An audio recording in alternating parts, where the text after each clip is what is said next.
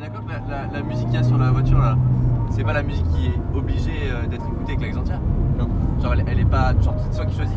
Mon rêve aujourd'hui, c'est d'allier ma passion avec mon travail. J'ai l'impression d'avoir une opportunité à saisir ici. Je m'appelle Antoine Carlotti, j'ai 19 ans, je suis un grand enfant et je suis passionné de longboard.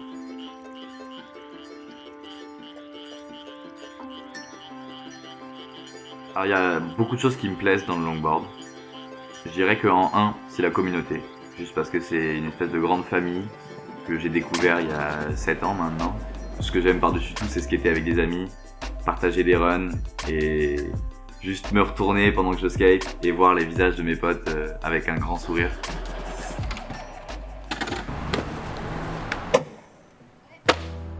Mon objectif en termes de performance aujourd'hui, c'est d'abord de gagner une course IDF, c'est la fédération de longboard.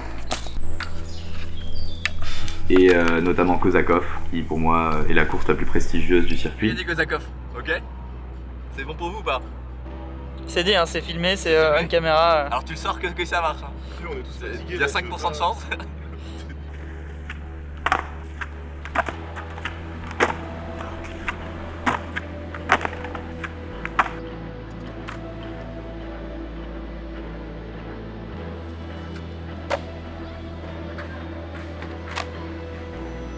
Ma discipline de prédilection, c'est le stand-up, c'est-à-dire descendre sans poser les mains en longboard. C'est ce que je préfère et c'est là où je suis quand même le meilleur parce que dans les autres disciplines, je suis clairement pas au niveau mondial.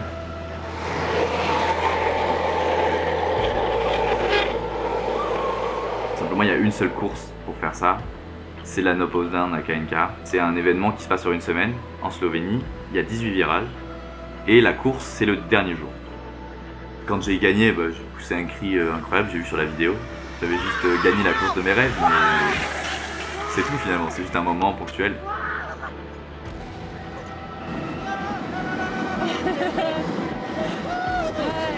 La peur pour moi, ouais, c'est omniprésent.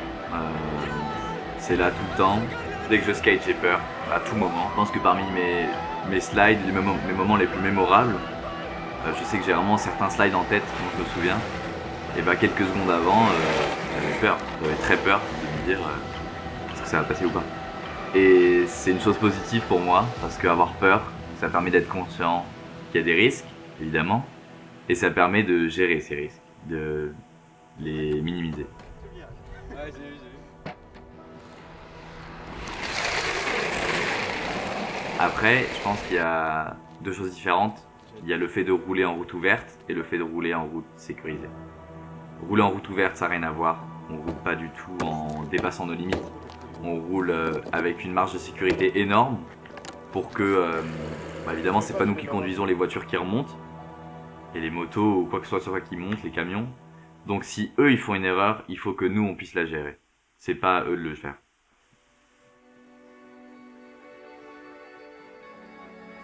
Et en route fermée, pour le coup, ça dépend que de nous.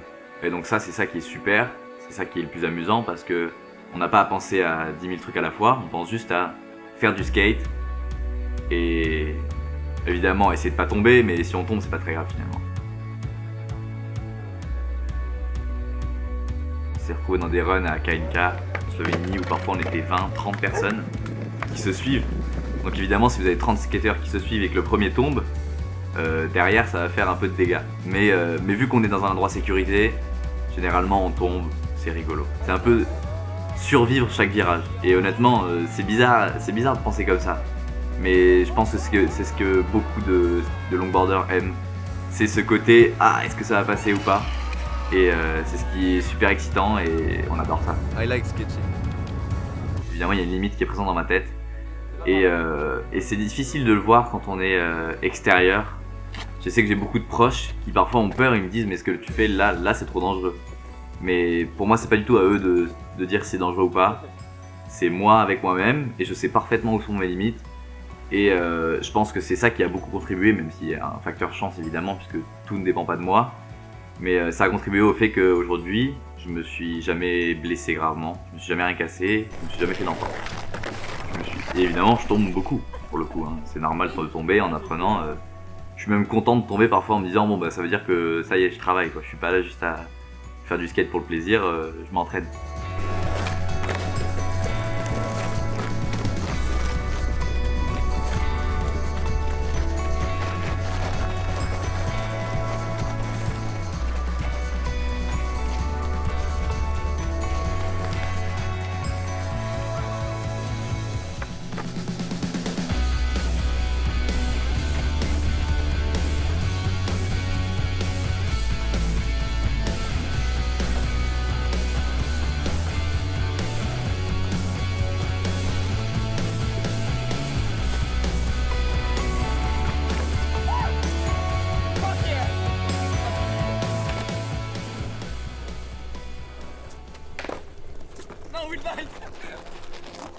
La vitesse la plus rapide à laquelle j'ai été, je crois que c'est 117 km/h. C'était vraiment excitant, c'était vraiment super parce que après avoir atteint cette vitesse, il fallait freiner.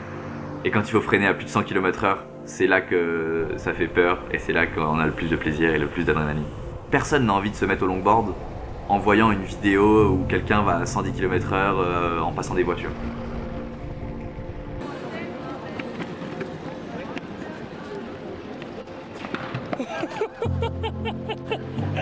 Voilà, si j'ai un message à transmettre, c'est rejoignez-nous sur notre cloche à roulettes, on va bien s'amuser, comme ça on va faire des gros événements.